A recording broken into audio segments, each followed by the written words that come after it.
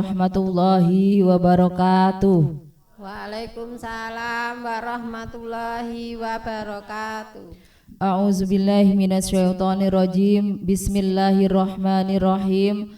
Alhamdulillahirabbil alamin. Wassalatu wassalamu ala asrofil anbiya'i wal mursalin wa ala alihi wa sahbihi ajma'in. Amma ba'du. Puji dan syukur kehadirat Allah Subhanahu wa taala atas limpahan rahmat, taufik serta hidayahnya semata sehingga kita bisa hadir kembali di tempat ini, yaitu di studio RRI Serui dalam keadaan sehat walafiat. Salawat beriringkan salam semoga tetap tercurahkan kepada baginda Rasulullah Sallallahu Alaihi Wasallam beserta keluarga, para sahabatnya dan pengikutnya hingga akhir zaman. Semoga kita semua juga termasuk umat-umatnya yang senantiasa mengikuti ajaran-ajarannya serta mendapat syafaatnya di yaumil akhir nanti. Amin. Kaum muslimin dan muslimat pendengar RRI dimanapun Anda berada, kurang lebih 40 menit ke depan kami akan memandu acara Risalah Berbuka Puasa pada sore hari ini. Telah hadir bersama kami Ibu-Ibu Majelis Talim Al-Mukarramah Babus Salam dan Bapak narasumber kami yaitu Bapak Ustadz Zakaria. Bagaimana kabarnya Ibu-Ibu? Alhamdulillah. Alhamdulillah. Pak Ustadz bagaimana kabarnya? Alhamdulillah sehat. Alhamdulillah. Dan tema kita pada sore hari ini adalah Islam menjaga dan memuliakan kaum wanita. Ibu-ibu yang dirahmati oleh Allah Subhanahu wa taala, ada baiknya sebelum kita mulai acara pada sore hari ini, marilah acara pada sore hari ini kita buka dengan membaca basmalah bersama-sama. Bismillahirrahmanirrahim. Hadirin kaum muslimin dan muslimat pendengar RRI dimanapun Anda berada, untuk lebih jelasnya tentang tema kita pada sore hari ini, marilah kita dengarkan bersama-sama tausiah menjelang berbuka puasa yang akan disampaikan oleh Bapak Ustadz Zakaria. Kepada Bapak Ustadz kami persilahkan.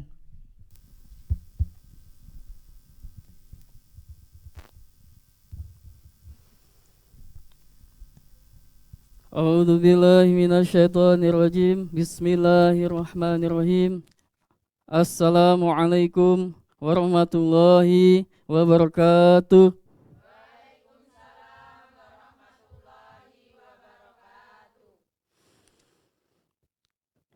Innal hamdalillah nahmaduhu wa nasta'inuhu wa nastaghfiruh wa nu'minu bihi wa natawakkalu alaihi wa na'udzu billahi min syururi anfusina wa min sayyiati a'malina.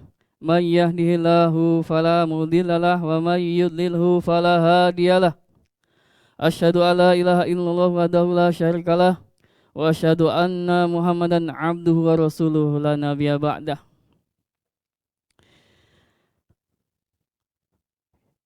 Alhamdulillah ibu-ibu yang dirahmati Allah Subhanahu wa taala, kembali kita panjatkan syukur kita kehadirat Allah Subhanahu wa taala karena di bulan Ramadan yang mulia ini Allah Subhanahu wa taala masih berikan kita kesempatan, diberikan rahmat dan hidayah untuk menjalankan ibadah puasa.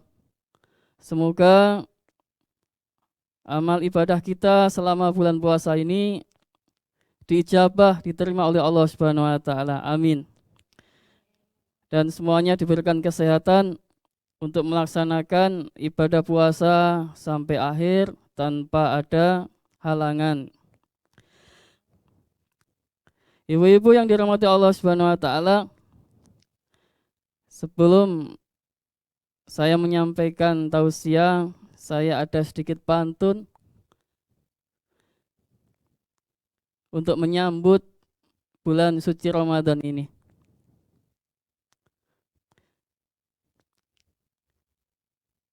Orang gendut belum tentu kenyang, orang kurus juga belum tentu lapar. Tetapi di bulan Ramadan yang mulia ini, orang gendut, orang kurus semuanya berpuasa menahan lapar semata-mata untuk mencari ridho Allah Subhanahu wa taala. Maka inilah satu bentuk syukur kita kepada Allah. Bagaimana kita menjalankan ibadah puasa ini di tengah kesibukan kita sambil mencari nafkah. Kalau ibu-ibu sambil mengurus daripada rumah tangga, tapi masih bisa berpuasa, ini adalah satu karunia yang besar, rahmat yang besar dari Allah Subhanahu wa taala. Maka kita jalani ibadah puasa ini dengan penuh rasa syukur pada Allah Subhanahu wa taala. Dan selanjutnya tidak lupa sholat dan salam kita hantarkan kepada junjungan kita baginda Rasulullah sallallahu alaihi wasallam. Karena baginda Rasulullah ini adalah uswah, suri teladan untuk kita semuanya. Dimanapun, kapanpun, siapapun bisa mencontoh kehidupan Nabi. Maka kita memuji Rasul ini bukan berarti baginda Rasul butuh pujian kita. Tetapi kita bersolawat ini adalah untuk supaya kita nanti mendapatkan syafaat dari baginda Rasulullah SAW. Karena baginda Rasul ini biarpun kita tidak puji-puji, dia tetap namanya terpuji. Mahmudun fil ardi wa fis sama. Namanya terpuji di bumi dan di langit. Mahmudun fid dunya wa mahmudun fil akhirah. Namanya terpuji di dunia dan terpuji di akhirat. Mahmudun fid dunya bima nafa'a bihi minal ilmi wal hikmah. Kita memuji nama baginda Rasul di dunia karena sebab baginda Rasul kita ini mendapatkan ilmu dan hikmah dari Allah Subhanahu wa taala. Mahmudun fil akhirah, kita memuji Nabi, bersalawat kepada Nabi supaya di akhirat ini adalah mendapatkan syafaat. Maka tidak ada perbuatan yang bisa membahagiakan Nabi melainkan bagaimana kita ini mengkaji, belajar, mengamalkan dan mensyiarkan ajaran Nabi di tengah-tengah umat manusia. Maka duduknya kita di sini sambil menunggu waktu berbuka puasa, ini adalah dalam rangka kita membuat satu usaha bagaimana mensyiarkan, bagaimana majelis taklim sambil menunggu berbuka puasa supaya ilmu kita bertambah, ketaatan kita kepada Allah bertambah. Sesuai dengan tema pada sore hari ini telah tadi disampaikan, kita akan membahas tentang Islam menjaga dan memuliakan kaum wanita. Hadirin ibu-ibu yang dirahmati Allah Subhanahu wa taala, di dalam kehidupan agama Islam, wanita memiliki kedudukan yang khusus di sisi Allah Subhanahu wa taala. Baik dia ini sebagai seorang ibu, seorang istri, ataupun seorang anak, semuanya ini memiliki kedudukan yang khusus di sisi Allah Subhanahu wa taala. Sebagai seorang ibu, kita mungkin sering mendengar surga di bawah telapak kaki ibu. Sebagai seorang istri, banyak orang yang sukses, laki-laki yang sukses, karena dukungan istri-istri mereka, sehingga dapat mencapai daripada kesuksesan hidupnya. Maka Allah Subhanahu wa taala memuliakan kaum wanita.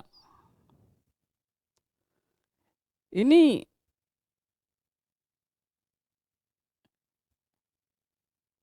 memberikan kita peluang dari setiap individu kaum muslimin, yaitu terutama kaum wanitanya, untuk berusaha menjadi wanita-wanita yang mulia di sisi Allah Subhanahu wa taala. Sehingga martabatnya, derajatnya ini tinggi di tengah-tengah manusia. Dahulu sebelum baginda Rasulullah SAW diutus di tengah-tengah umat manusia, adat daripada kehidupan bangsa Arab jahiliyah, mereka punya pemahaman apabila dia memiliki anak wanita maka itu adalah satu aib. Bahkan ada sebagian mereka yang karena rasa malunya membunuh anak-anak perempuan mereka. Tetapi dengan diantaranya baginda Rasul, maka wanita ini derajatnya naik, martabatnya naik. Sehingga turun ayat, turun surat di dalam Al-Quran khusus untuk mereka. Mungkin kita sering membaca Al-Quran, di dalam Quran ada surat An-Nisa, bahkan ada surat Maryam. Ini adalah semata-mata Allah ingin menunjukkan betapa tingginya derajat kaum wanita. Maka kita sebagai kaum muslimin, terutama ibu-ibu, harus mengetahui sebab-sebab kita ini dimuliakan oleh Allah, dinaikkan derajatnya Allah Subhanahu wa taala. Maka di antara sebab seseorang wanita muslimah ini dimuliakan, syaratnya yang pertama yaitu dia harus beriman dan bertakwa kepada Allah Subhanahu wa taala. Karena iman dan takwa ini adalah satu ukuran baik atau tidak baiknya seseorang di mata Allah Subhanahu wa taala. Maka satu orang wanita yang solehah ini sangat bernilai di sisi Allah Subhanahu wa taala. Sehingga ada satu riwayat dari sahabat Abdurrahman bin Auf mengatakan, al-mar'atu solehah khairu min alfi rajulun ghairi sholih. Satu orang wanita di sisi Allah ini lebih baik daripada 1000 laki-laki yang tidak soleh. Maka demikian juga pahala dan ampunan Allah kepada kaum wanita dan derajatnya di sisi Allah Subhanahu wa taala ini berbeda dari kaum laki-laki sesuai dengan derajat iman dan takwanya kepada Allah Subhanahu wa taala. Bahkan seorang wanita ini apabila dia dalam keadaan haid sekalipun, dalam keadaan kotor, itu pun masih mendapatkan pahala dari Allah Subhanahu wa taala. Mendapatkan ampunan dari Allah Subhanahu wa taala. Selama dia beriman dan bertakwa kepada Allah Subhanahu wa taala. Dalam hadis Aisyah radhiyallahu anha mengatakan, ma min imra'atin tahidu. Tidaklah seorang wanita ini dia ini haid, sedang haid, ila kana haiduha kafaratan. Melainkan haidnya itu adalah satu kafarah, menjadi kafarah atau penghapus dosa. 5 madha min dzunubiha, yaitu dosa-dosa yang telah lalu. Tapi ada syaratnya, haid yang dapat ampunan Allah. Haid yang bagaimana? Maka Nabi melanjutkan, idza kanat dzakiratan lillahi ta'ala fi haidiha. Apabila dia haid tapi masih ingat kepada Allah Subhanahu wa taala, masih zikir pada Allah Subhanahu wa taala, baru haidnya jadi penghapus dosa. Bahkan ibu-ibu ini yang setiap hari aktivitasnya mengurus suami, mengurus anak, mengurus rumah tangga, kadang lelah, kadang capek, itu pun ada ampunan dan pahala dari Allah Subhanahu wa taala. Yang sering terjadi dalam kehidupan sehari-hari ini, apabila ada baju kotor menumpuk, kadang suka ngomel-ngomel. Nah, padahal mencuci baju ini juga ada pahalanya. Terutama baju suami habis untuk kerja. Dalam riwayat Abu Nuaim, dalam riwayat Musnad Firdaus, Abdul bin Mas'ud radhiyallahu anhu meriwayatkan, idza ghasalatil mar'atu siyaba zaujiha. Apabila seorang wanita, seorang istri dia mencuci baju suaminya, kata Allahu alfa hasanatin, maka Allah akan memberikan baginya pahala 1000 kebaikan. Wa ghafara laha alfai khati'atin, dan Allah akan mengampuni kesalahannya sebanyak 2000 dosa. Wa astaghfara laha kullu syai'in tala'at alaihi syamsi, dan semua makhluk yang disinari oleh sinar matahari memohonkan ampun untuknya.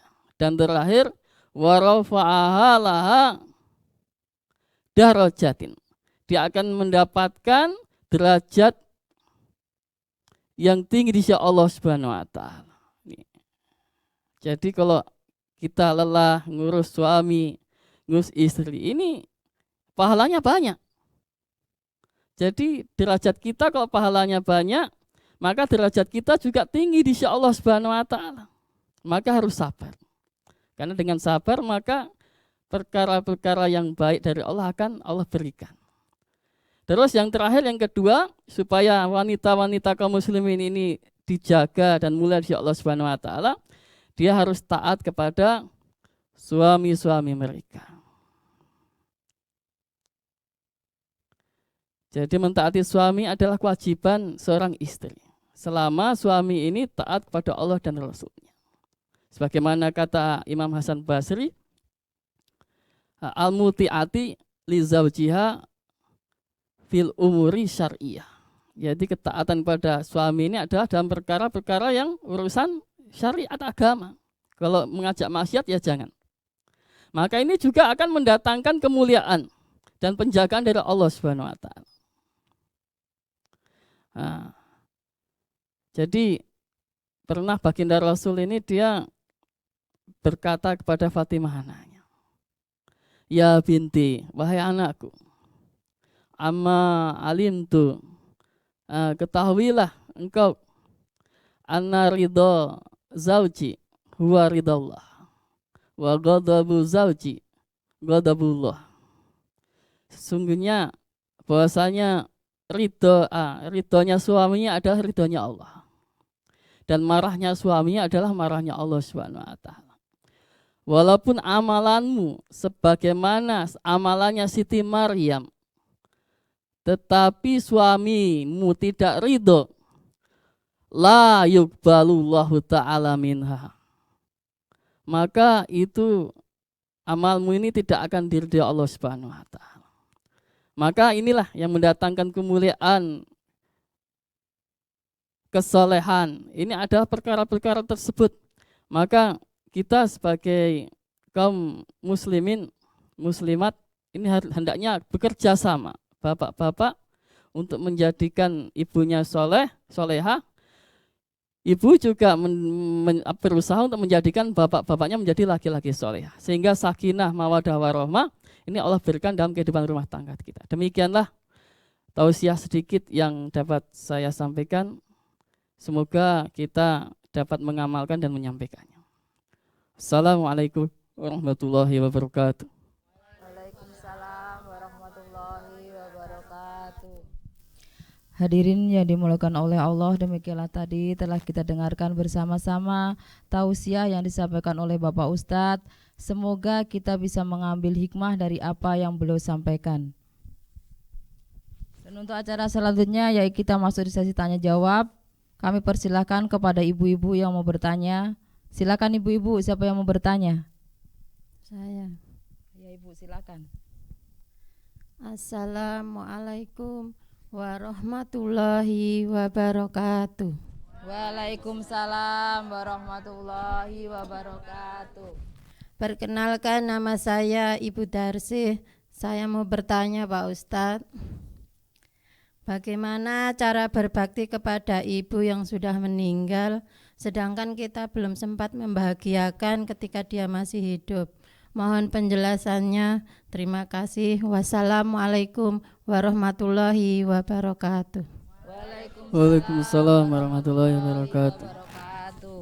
Terima kasih Bu Darsi. Silakan Pak Ustadz untuk menjawab pertanyaan dari Bu Darsi. Silakan Pak Ustadz. Alhamdulillah, ini pertanyaan yang bagus dan ini sangat-sangat menyentuh saya karena ibu saya juga sudah meninggal. Jadi berbakti kepada orang tua di dalam Islam ini tidak cukup di dunia saja. Bahkan ketika meninggal ini diberikan kesempatan oleh Allah, oleh baginda Rasul untuk berbakti kepada mereka. Bahkan berbakti kepada kedua orang tua. Ini Allah perintahkan kepada seluruh manusia. Dalam surat Al-Ahqaf ayat 15 dikatakan, Bismillahirrahmanirrahim, wa wasainal insana biwalidayhi ihsana. Dan kami telah perintahkan kepada manusia untuk berlaku baik kepada orang tua mereka. Maka kadangkala kita ini hidup menjadi seorang anak karena keterbatasan tempat tinggal atau keterbatasan waktu, keadaan. Kita sering berjauhan dengan orang tua kita, terutama ibu kita. Maka kita kadang belum sempat menunaikan hak-hak mereka, tapi mereka sudah dipanggil oleh Allah Subhanahu wa taala. Maka bagaimana caranya berbakti kepada ibu atau orang tua kita yang sudah meninggal? Maka dahulu dalam kitab Tambil Ghafilin dikatakan Imam Abul Laith Samarqandi pernah ditanya seorang, wahai Syekh, bagaimana cara berbakti kepada orang tua saya? Idza mata sakhataini ala walid. Apabila orang tua saya sudah meninggal dan dia ini masih marah kepada anaknya. Hal yumkin ayur diyahuma. Apakah mungkin saya masih mendapatkan ridhonya nanti di akhirat? Maka Syekh Abu Laid katakan, yumkinu, bisa katanya, bisa saja. Nah, tapi syaratnya tiga. Yang pertama adalah ayakuna solehah. Hendaknya anak tersebut, yaitu kita yang sudah tinggal mati orang tua, ibu kita, bapak kita, ini menjadi orang yang soleh. Jadi kita jadi soleh ini untuk berbakti juga kepada orang tua. Yang kedua, ayasila qarabatuhuma wa asdiqahuma. Kita menyambung hubungan silaturahim kepada keluarganya orang tua kita, kepada keluarga ibu, keluarga bapak. Wa asdiqahuma, dan kepada teman-teman yang pernah berhubungan baik dengan kedua orang tua kita. Ini cara berbakti kepada orang tua yang sudah meninggal. Dan yang terakhir, subhanallah, astagfirullahumma. Kita memohonkan ampun, istighfar kepada orang tua kita. Berdoa, Rabbighfirli wali walidayya. Ayat du'a'ahuma. Dan kita ini berdoa kepada subhanallah, kepada orang tua kita. Dan terakhir, wa yatasaddaqu lahum. Kita bersedekah yang diniatkan untuk kedua orang kita yang sudah meninggal. Ini secara berbakti kepada orang tua yang sudah meninggal. Maka kita harus banyak-banyak doa, Banyak-banyak kita ini jadi orang yang usaha untuk menjadi orang yang soleh soleha, itulah cara berbakti yang baik. Demikianlah jawaban dari saya. Terima kasih.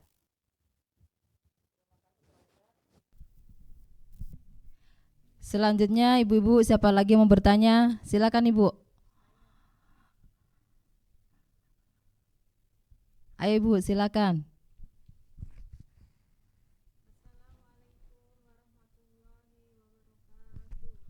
Waalaikumsalam Warahmatullahi wabarakatuh. wabarakatuh. Perkenalkan, nama saya Ibu Surtini. Saya mau bertanya Pak Ustadz, apakah ciri-ciri wanita ahli surga menurut pandangan Nabi Muhammad SAW? Mohon penjelasannya Pak Ustadz. Terima kasih. Assalamualaikum warahmatullahi wabarakatuh. Waalaikumsalam warahmatullahi wabarakatuh. Terima kasih Bu Suhartini. Silakan Pak Ustadz menjelaskan. Alhamdulillah. Jadi kita ini umat Rasulullah semuanya Allah janjikan untuk bisa memasuki surganya Allah Subhanahu wa taala dengan syarat meninggal membawa iman dan amal. Dan khusus untuk kaum wanita, baginda Rasulullah SAW telah memberitahu rahasianya. Dan salah satu rahasianya yaitu di dalam hadis riwayat Anas bin Malik, riwayat Abu Nu'aim mengatakan, al-mar'atu idza shalat khamsaha wa shamat syahraha wa hafizat farjaha wa ata'at zawjaha tadkhulu min babin sya'at min ayyi abwabil jannah. Jadi apabila seorang wanita dia sholat 5 waktu. Pertama apa? Sholat 5 waktu. Ini syaratnya jadi ahli surga, sholat. Jangan sampai ini ibu-ibu ini tidak sholat. Sibuk masak, berbuka, sibuk mempersiapkan sahur, tapi tidak sholat. Harus dijaga sholatnya. Yang kedua, wasomat syahroha, berpuasa di bulan Ramadan. Nah, jadi apabila nanti di bulan Ramadan ini ada halangan, nah ini tetap harus secepatnya menggantinya, mengkodoknya. Walaupun selepas Ramadan ini ada puasa sunnah Syawal, tapi kodok puasa, berpuasa ini lebih utama, lebih didahulukan. Yang ketiga, wafidot farjah, memelihara atau menjaga kehormatannya. Ini adalah penting. Jadi kehormatan wanita ini sangat penting di dalam Islam supaya Allah jaga dia. Allah memuliakan dia.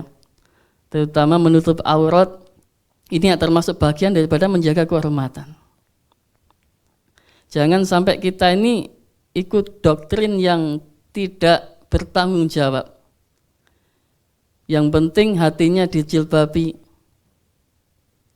Ini doktrin jahiliyah.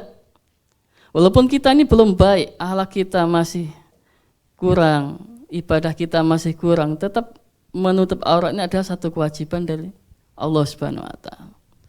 Dan ini adalah satu usaha untuk membantu suami untuk taat pada Allah Subhanahu wa taala. Dan yang terakhir adalah wa ata'at zaujah. Dia taat kepada suaminya. Tadi sudah dijelaskan. Maka janjinya Allah, tadkhulu babin sya'at min ababil jannah. Maka dia akan memasuki pintu surga dari mana saja yang dia kehendaki. Ini wanita ahli surga, kita harus berusaha seperti itu. Demikian jawaban dari saya. Terima kasih Pak Ustadz. Ayo ibu-ibu siapa lagi yang mau bertanya? Silakan Ibu, kesempatan terakhir. Saya. Ya, silakan, Ibu. Assalamualaikum warahmatullahi wabarakatuh. Waalaikumsalam warahmatullahi wabarakatuh. Nama saya Andi Satriani. Mohon izin bertanya Pak Ustadz, seberapa besar haknya seorang ibu daripada bapak untuk mendapatkan kasih sayang dari anak-anaknya? Mohon penjelasannya Pak Ustadz. Makasih. Assalamualaikum warahmatullahi wabarakatuh.